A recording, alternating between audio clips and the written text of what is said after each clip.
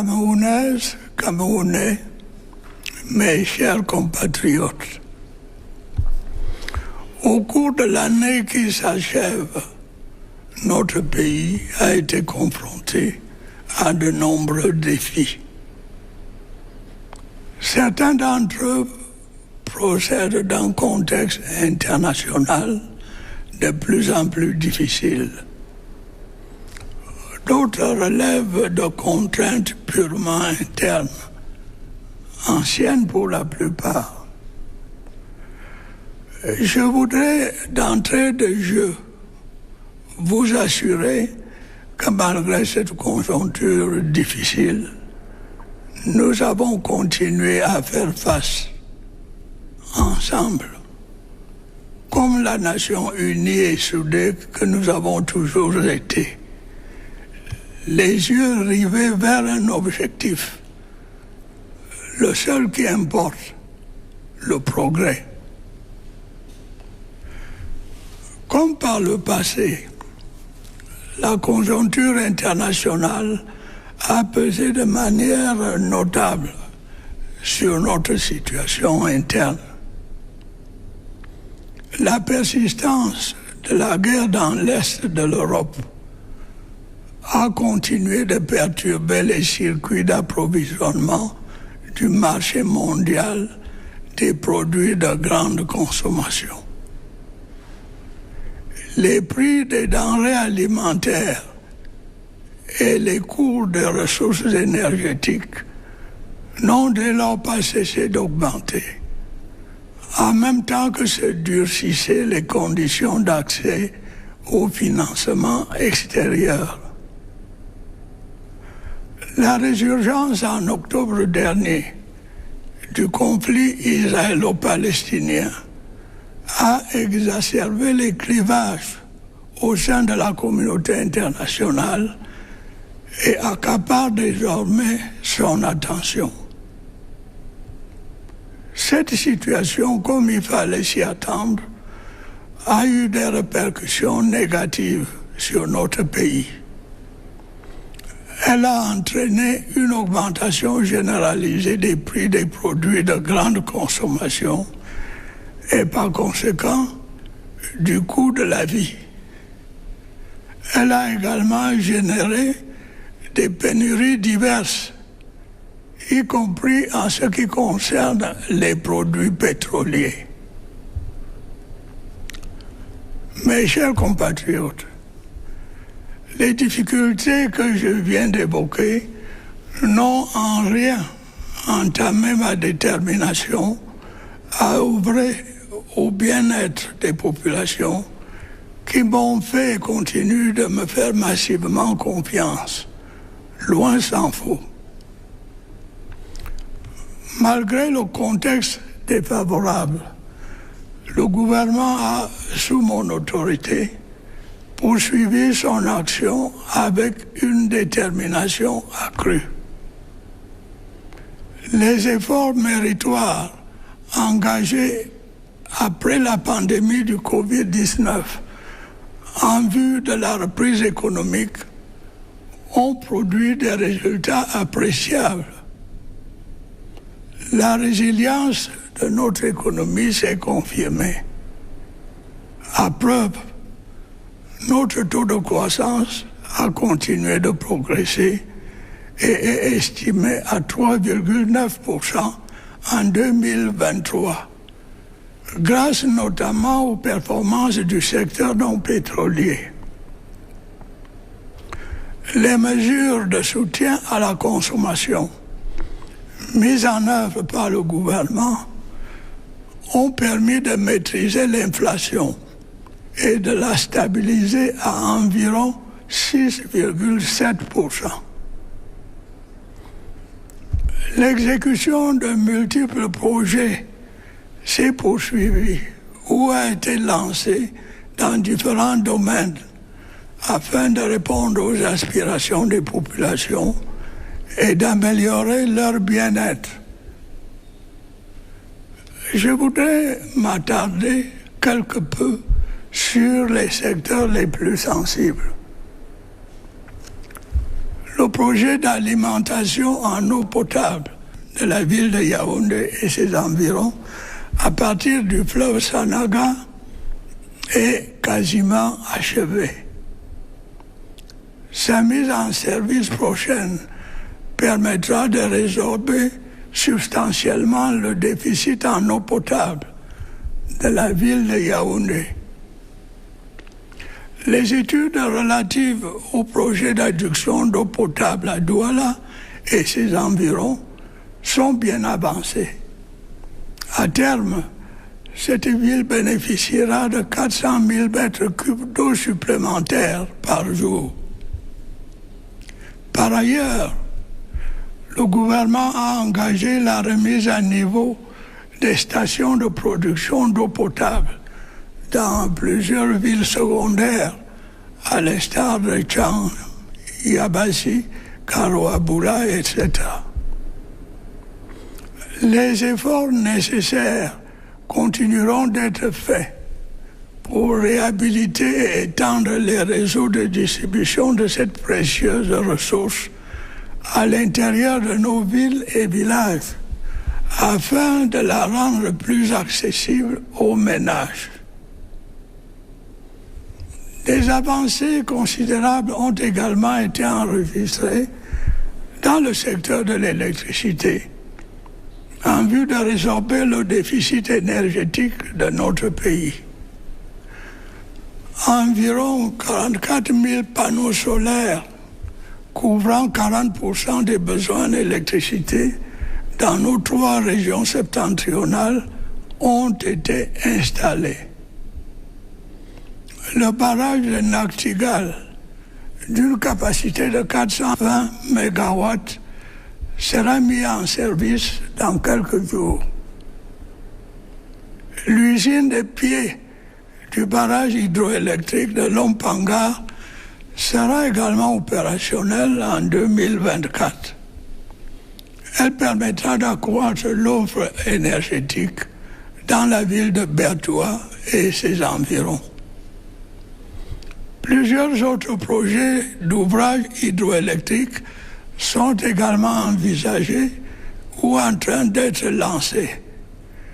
Il s'agit notamment des barrages de Kikot, de Mikouba, de Grand Téouin et de Biné à Warak.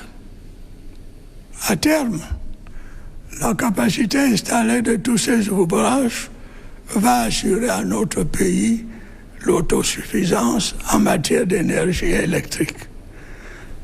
Elle nous fera en plus accéder au statut envié de pays exportateurs d'électricité.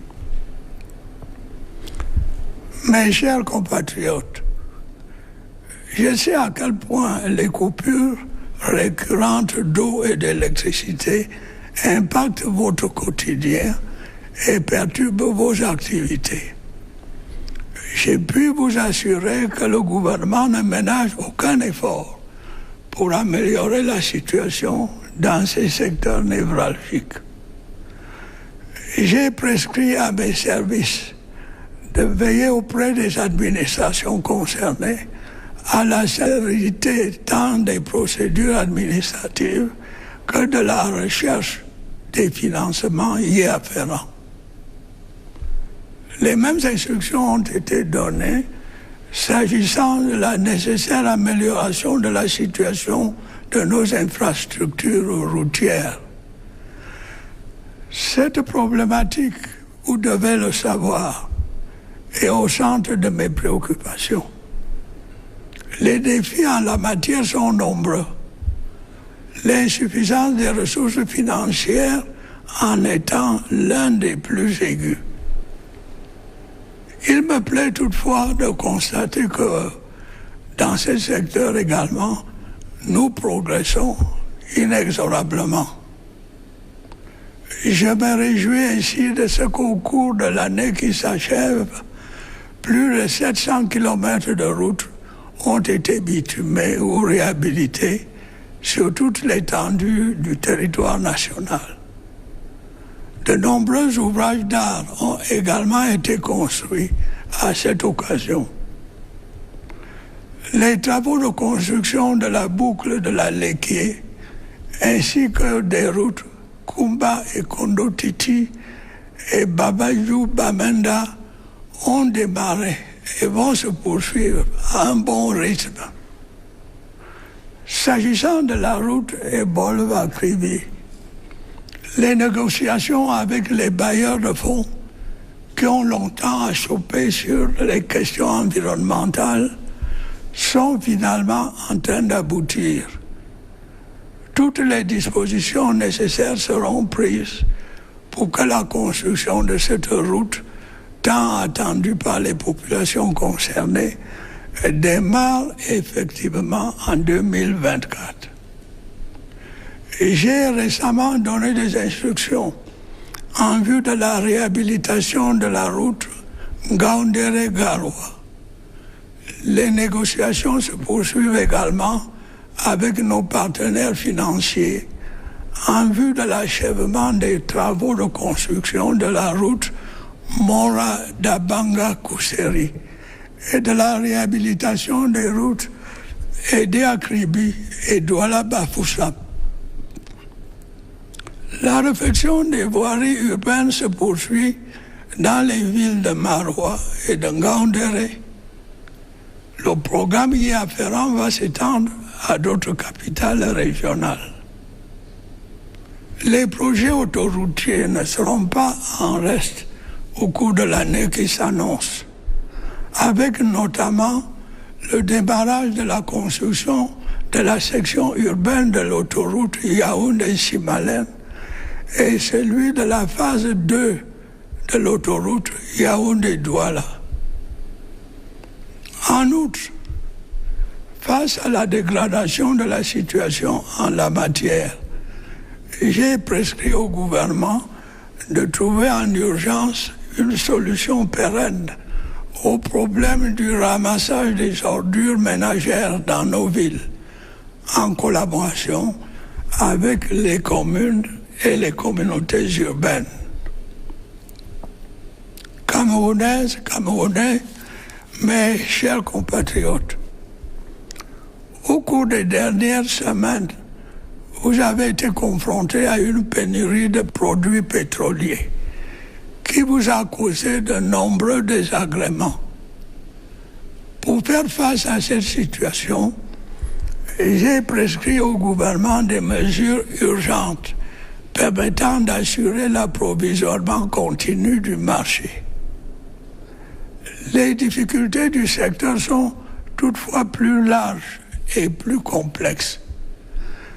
Vous devez savoir que dans le but de maintenir les prix à la pompe à leur niveau actuel, qui est largement inférieur à celui pratiqué dans les pays voisins, l'État doit, au prix d'importants efforts financiers, fortement subventionner les importations de produits pétroliers. Le poids de ces subventions pèse lourdement sur notre budget et rétrécit considérablement les ressources dont nous avons le plus grand besoin pour apporter des réponses aux autres problèmes auxquels nos populations sont confrontées. L'année dernière, le gouvernement a été amené à procéder à un léger relèvement des prix des carburants à la pompe. Grâce à cette mesure, la subvention des produits pétroliers, qui était de plus de 1000 milliards de francs CFA en 2022, a été réduite à environ 640 milliards de francs CFA en 2023. Cependant, cette subvention continue de peser significativement sur le trésor public. Nous n'aurons très certainement pas d'autre choix que de la réduire de nouveau. Nous verrons néanmoins à ce que les ajustements nécessaires n'impactent pas substantiellement le pouvoir d'achat des ménages. À terme, la réhabilitation de la Sonara, dont j'ai prescrit l'accélération, devrait contribuer à améliorer la situation dans le secteur. Mes chers compatriotes, il est loisible de constater que malgré la bonne volonté des pouvoirs publics, la mise en œuvre des différents projets devant permettre de répondre aux aspirations de nos populations se heurte à une contrainte majeure, celle de l'insuffisance des ressources financières nécessaires. C'est la raison pour laquelle je n'ai de cesse de prescrire au gouvernement la rationalisation des dépenses publiques, de même que la recherche des voies et moyens supplémentaires d'accroître les ressources publiques. S'agissant de la réduction des dépenses publiques, j'ai fermement réitéré au gouvernement mes instructions antérieures visant à réduire les dépenses de fonctionnement. La lutte contre la corruption et les détournements de deniers publics est très clairement un impératif pour la préservation des ressources publiques. Elle va connaître une intensification notable au cours de l'année qui s'annonce. Le plan triennal intégré d'import-substitution pour la période 2024-2026 que j'ai prescrit au gouvernement participe également de mon souci de permettre à notre pays d'économiser de précieuses ressources. Ce plan, en renforçant notre souveraineté alimentaire, devrait réduire l'impact négatif des importations sur notre balance commerciale. Le déficit y afférent est évalué à un peu plus de 1500 milliards de francs CFA par an. S'agissant de l'accroissement des ressources publiques, il est nécessaire d'explorer de nouvelles pistes face aux contraintes inhérentes à l'élargissement de l'assiette fiscale et à la baisse drastique des recettes pétrolières. La mine solide, en particulier l'or, nous semble constituer à cet égard une niche exceptionnelle de ressources financières. Notre pays dispose en effet d'importantes réserves minières non exploitées que nous devons valoriser. Je me réjouis du démarrage des projets miniers que j'ai annoncé l'année dernière concernant l'exploitation des gisements de fer de Kribi-Lobé, Pipidi Grand Zambi et Mbalam Nabeba. L'amélioration du climat des affaires est à l'évidence une condition essentielle à l'attraction des investissements étrangers, ainsi qu'à la création d'un secteur privé vigoureux, susceptible grâce à une création dynamique d'emplois et de richesses, de faciliter notre accession à l'émergence. La confiance dans le système judiciaire participe inévitablement de la perception du climat des affaires. La justice est, comme vous le savez, l'un des piliers de l'état de droit. Il est donc impératif qu'elle agisse en toute impartialité et soit imperméable aux interférences de toute nature. Je voudrais vous assurer qu'en tant que garant de son indépendance, je continuerai à prendre toutes les mesures nécessaires à son bon fonctionnement. Mes chers compatriotes, permettez-moi à présent de dire quelques mots sur le secteur de l'éducation nationale. Malgré les efforts du gouvernement, la sérénité n'y est en effet pas complètement revenue. Pourtant, des efforts méritoires ont, de l'avis même des concernés, été consentis par le gouvernement à cet égard. En dehors des nombreuses mesures de divers ordres qui ont été prises par les administrations concernées, plus de 72 milliards de francs CFA ont été débloqués en 2023 pour prendre en charge les dépenses y afférentes. Une provision complémentaire de 102 milliards de francs CFA a également été constituée dans le budget de l'État au titre de l'exercice 2024 afin d'apurer les dépenses résiduelles.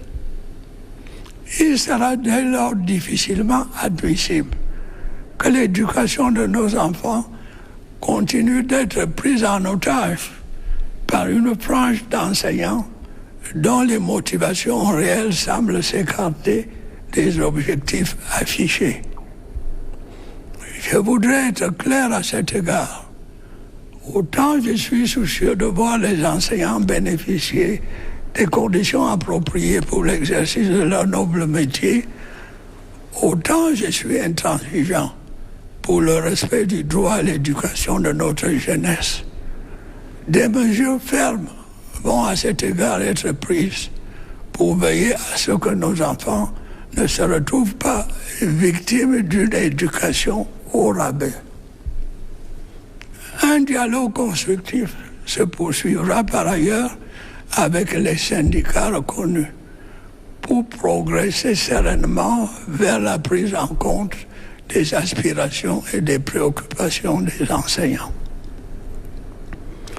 Mes chers compatriotes, au plan sécuritaire, de nombreux accidents de la route ont continué d'endeuiller nos familles et de priver notre pays de ressources humaines précieuses. Je voudrais le dire clairement, cela n'est pas acceptable. J'en appelle une fois de plus au sens des responsabilités des conducteurs et des propriétaires des agences de voyage. Toutes les mesures nécessaires doivent être prises pour assurer la sécurité des passagers et des autres usagers de la route. Le gouvernement, pour sa part, va renforcer ses efforts en ce qui concerne l'amélioration de l'état du réseau routier, mais aussi pour ce qui est de l'application vigoureuse des mesures nécessaires de prévention et de répression. Mes chers compatriotes, grâce à la collaboration active des populations avec nos forces de défense et de sécurité, la situation dans les régions du nord-ouest, du sud-ouest et de l'extrême nord s'est significativement améliorée. Elle permet désormais la mise en œuvre sereine des plans de reconstruction et de développement des dites régions. Les exactions criminelles des terroristes n'ont cependant pas totalement disparu. Les populations civiles en sont malheureusement les principales victimes. La ville de Bamfé a été, le 6 novembre 2023, le théâtre du massacre barbare d'une vingtaine de civils en pleine nuit.